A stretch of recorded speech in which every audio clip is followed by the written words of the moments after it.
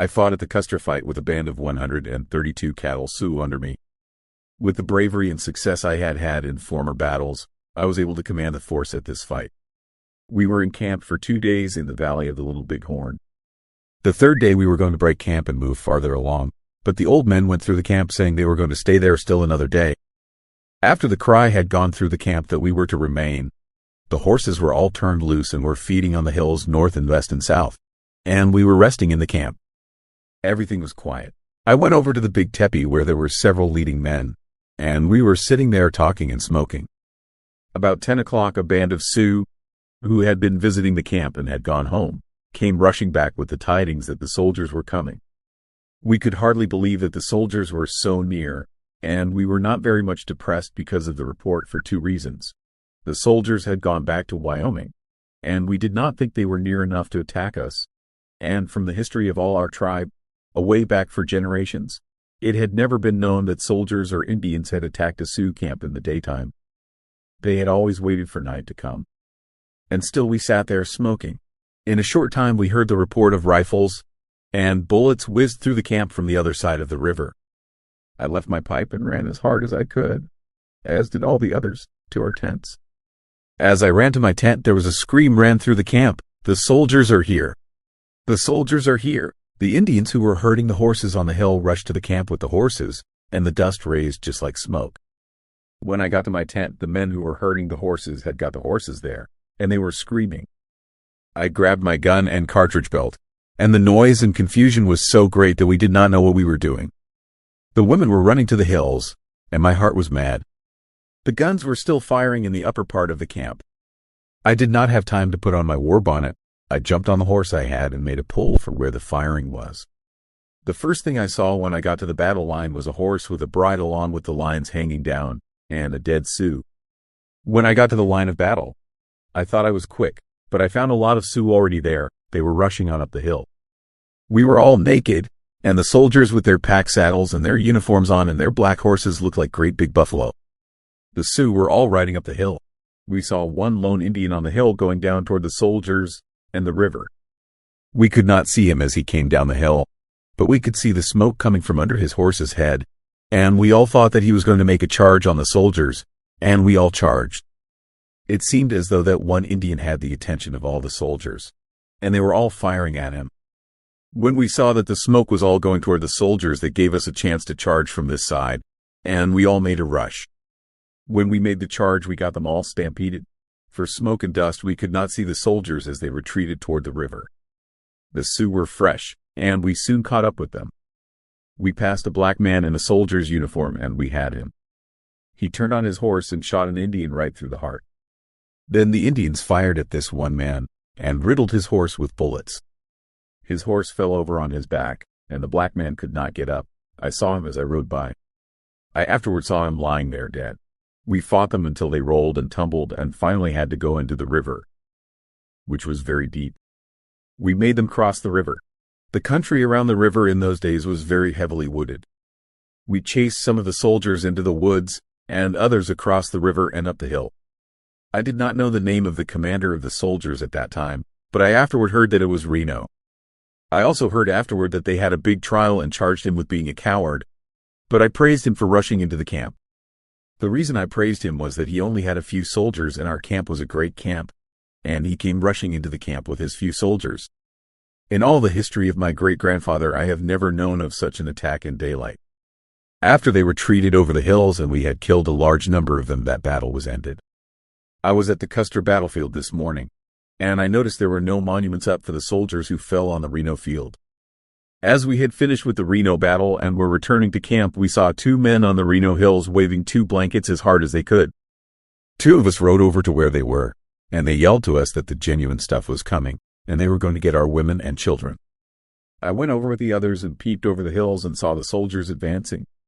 As I looked along the line of the ridge, they seemed to fill the whole hill.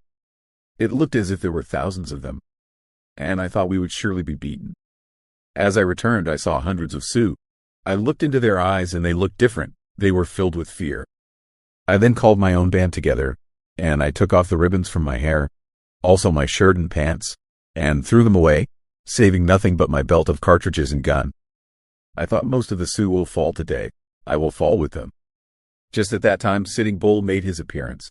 He said, just as though I could hear him at this moment, "A bird, when it is on its nest, spreads its wings to cover the nest and eggs and protect them. It cannot use its wings for defense, but it can cackle and try to drive away the enemy. We are here to protect our wives and children, and we must not let the soldiers get them." He was on a buckskin horse, and he rode from one end of the line to the other, calling out, "Make a brave fight." We were all hidden along the ridge of hills. While Sitting Bull was telling this, I looked up and saw that the Cheyennes had made a circle around Custer on the west, north, and east sides, and that left a gap on the south side for us to fill. We then filled up the gap, and as we did so, we looked over to the Cheyenne side, and there was a woman among the Cheyennes who was nearest the soldiers trying to fight them. While Custer was all surrounded, there had been no firing from either side. The Sioux then made a charge from the rear side, shooting into the men, and the shooting frightened the horses so that they rushed upon the ridge and many horses were shot. The return fire was so strong that the Sioux had to retreat back over the hill again. I left my men there and told them to hold that position, and then I rushed around the hills and came up to the north end of the field near where the monument now stands. And I saw hundreds and hundreds of Indians and the coolies all around. The Indians dismounted and tied their horses in a bunch and got down into the coulees, shooting at the soldiers from all sides. From the point that juts out just below where the monument stands, about 30 of us got through the line, firing as we went, and captured a lot of Custer's horses and drove them down to the river. The horses were so thirsty that the moment we reached the river, they just stood and drank, and that gave us a chance to get off our horses and catch hold of the bridles. They were all loaded with shells and blankets and everything that the soldiers carried with them. Just then I returned to my men, and the soldiers were still on the hill fighting, with some of their horses near them. Just as I got back, some of the soldiers made a rush down the ravine toward the river, and a great roll of smoke seemed to go down the ravine. This retreat of the soldiers down the ravine was met by the advance of the Indians from the river, and all who were not killed came back again to the hill. After the soldiers got back from the hills, they made a stand all in a bunch. Another charge was made, and they retreated along the line of the ridge. It looked like a stampede of buffalo. On this retreat along the ridge, the soldiers were met by my band of Indians as well as other Sioux. The soldiers now broke the line and divided, some of them going down the eastern slope of the hill, and some of them going down to the river. The others came back to where the final stand was made on the hill, but they were few in number then. The soldiers then gathered in a group where the monument now stands. I visited the monument today and confirmed my memory of it, and then the soldiers and Indians were all mixed up. You could not tell one from the other. In this final charge I took part, and when the last soldier was killed, the smoke rolled up like a mountain above our heads, and the soldiers were piled one on top of another, dead, and here and there an Indian among the soldiers. We were so excited during the battle that we killed our own Indians. I saw one that had been hit across the head with a war axe, and others had been hit with arrows. After we were done, we went back to the camp. After the onslaught, I did not see any soldiers scalped, but I saw the Indians piling up their clothes, and there was shooting all over the hill, for the Indians were looking for the wounded soldiers and were shooting them dead. Just as I got back to the camp, one heard that a pack train was coming from over the hills. I looked over the hills and saw the Sioux and Cheyennes moving that way. I remained a little while to look after my wife and children. After I had located my family, I fired off my shells and got a new supply of ammunition and went toward the pack train. When I got over there, the fighting had begun. The pack train had already fortified itself by making entrenchments.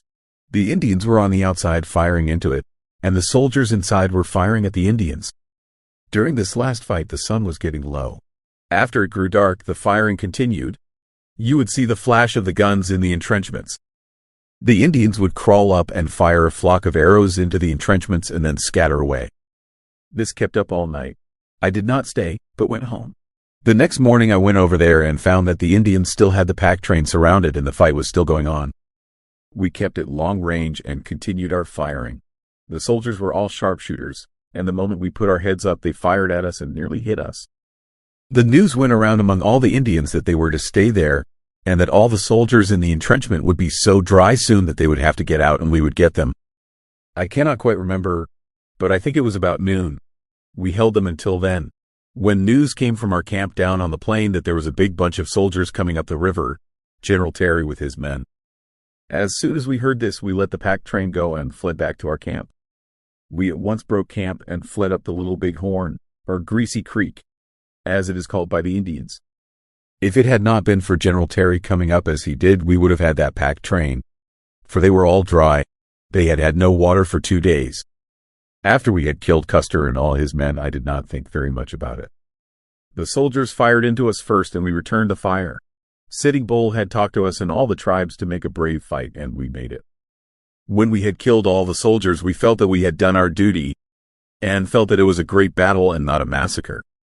With reference to the real reason for this fight, I may say that the talk among the Indians was that they were going to compel us to stay on the reservation and take away from us our country.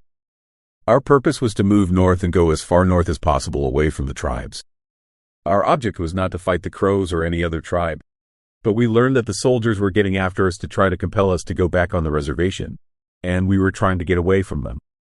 During the Custer fight, our tents were not attacked, but after the battle, the women gathered up their dead husbands and brothers and laid them out nicely in the teepee and left them. I understand that after we had left the teepees standing, holding our dead, the soldiers came and burned the teepees. According to my estimate, there were about 2,000 able-bodied warriors engaged in this fight. They were all in good fighting order. The guns and ammunition that we gathered from the dead soldiers of Custer's command put us in better fighting condition than ever before, but the sentiment ran around among the Indians that we had killed enough, and we did not want to fight anymore. There has been a good deal of dispute about the number of Indians killed. About the closest estimate that we can make is that 50 Sioux were killed in the fight, and others died a short time afterward from their wounds.